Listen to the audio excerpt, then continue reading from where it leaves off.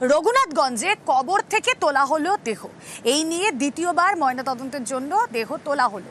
4 মাস আগে মৃত্যু, আর মৃত্যুর 4 মাস পর কবর থেকে তোলা হলো দেহ। হাইকোর্টের নির্দেশে দেহ তোলা হয়, ম্যাজিস্ট্রেটের উপস্থিতিতে দেহ তোলা হয়। কথা বলবো প্রণব, প্রতিনিধি রয়েছেন আমাদের সঙ্গে। প্রণব, দেখো, হাইকোর্টের নির্দেশে মৃত গৃহবধূর দেহ 4 মাস আগে কবর দেওয়া হয়েছিল, সেই দেহ আজকে তোলা হয় এবং ময়নাতদন্তের জন্য জঙ্গিপুর মহকুমা আদালতে পাঠানো হয় এবং বিচারকের উপস্থিতিতেই এই কাজ সম্পূর্ণ হয়। এবং অভিযোগ যে মৃতের যে পরিবারের পক্ষ থেকে অভিযোগ করা হয়েছিল যে তার মেয়েকে খুন করে দেওয়া হয়েছে এবং তারপরে কিন্তু তাকে কবর দিয়ে দেওয়া হয়। এই হাইকোর্টে এই অভিযোগ করার পরে কিন্তু হাইকোর্টের নির্দেশেই সেই দেহ তোলা হচ্ছে। এবং মাস চারেক আগে এই গৃহবধূর যে বিয়ে হয়েছিল তোমার গিরিয়া এলাকাতে, এবং তারপরে কিন্তু গলায় দড়ি দিয়ে তোমার ঝুলিয়ে দেওয়া হয়েছিল বলে কিন্তু মৃতের পরিবারের অভিযোগ।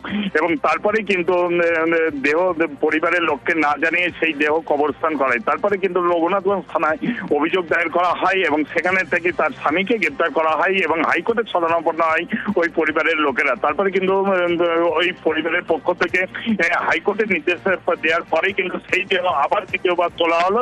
তারপরে কিন্তু ময়না তদন্তের জন্য জঙ্গিপুর মহকুমা হাসপাতালে পাঠানো হয়। বেশ।